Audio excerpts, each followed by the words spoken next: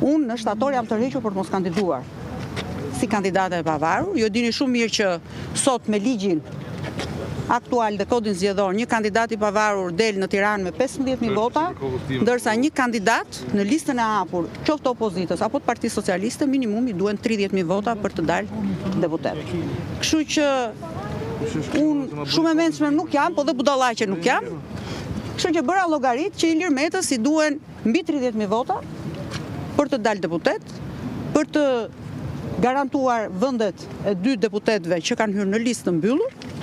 Kështu që ju bëj thirrje të gjithë miqve të mi, familjarëve të mi, shokëve të mi, ata që kanë besuar kjo dhe që besojnë kjo unë, të shkojnë dhe të votojnë presidentin e Partisë Lirisë në listë të hapur. E para. E dyta, për zotin Endrit Brahim Llari, sigurisht ju uroj sukses në jetë. Mendoj që para 6 muajve u luriste për inceneratori, nuk besoj se sot do shkoj do të digjet dhe ai tek inceneratori. Kështu që të ketë, megjithatë politika është shumë e çuditshme, me surpriza, me të papritura dhe nuk ka asnjë problemi. Pastaj gjërat e tjera janë rrugës dhe duke u parë. Dhe u bëj thirrje dhe ju gazetarëve që herë tjetër unë jam e bindur që ky kod zgjedhor do të ketë probleme shumë të mëdha, sepse konflikti nuk do të jetë më midis opozitës dhe mazhorancës, konflikti do të jetë midis kandidatëve brenda listave. Aq më shumë betejë do të jetë dhe liderët e partive politike kanë për detyrë që nëse ne kemi deputet në lista të mbyllura sot, të cilët do të janë shumë të qetë, detyra e tyre duhet të jetë që të shkojnë në zonë dhe secili nga ata duhet marrë përsipër. Unë mendoj që në konceptin dhe në logjikën e tyre mjafton të shikosh sot, shikon që deputetët në listat e mbyllura kanë marrë kavalishencën, por mendoj që duhet të punojnë jashtëzakonisht shumë, sepse për të dyja palët, po themi edhe për mazhorancën dhe për opozitën, do të jetë shumë e vështirë me listat e mbyllura të cilët janë njerëz të cilët nuk provohen, por komandohen nga drejtuesit e partive politike.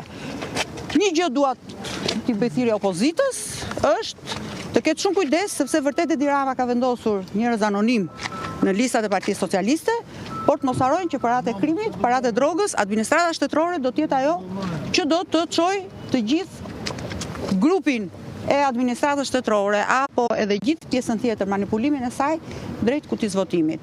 Unë mendoj që puna është shumë e vështirë, kërkon konsolidim, kërkon bashkim, kërkon unifikim, dhe aq më shumë sot është edhe më domosdoshme për të qenë të gjithë bashkë në këtë proces që është i vështirë, është i proces i vështirë, por fundit edhe kjo e bën edhe interesante. Zotëri Përballi, kam 2 pyetje në fakt. Ka parë me Ilir Metën, pse gjithë këtë dashuri ditët e fundit edhe në rrjetet sociale për Ilir Metën, marrëdhënia juaj muajt e fundit nuk ka qenë shumë e konsoliduar. E para nuk është dashuri shpirtërore apo emocionale, është respekt politik.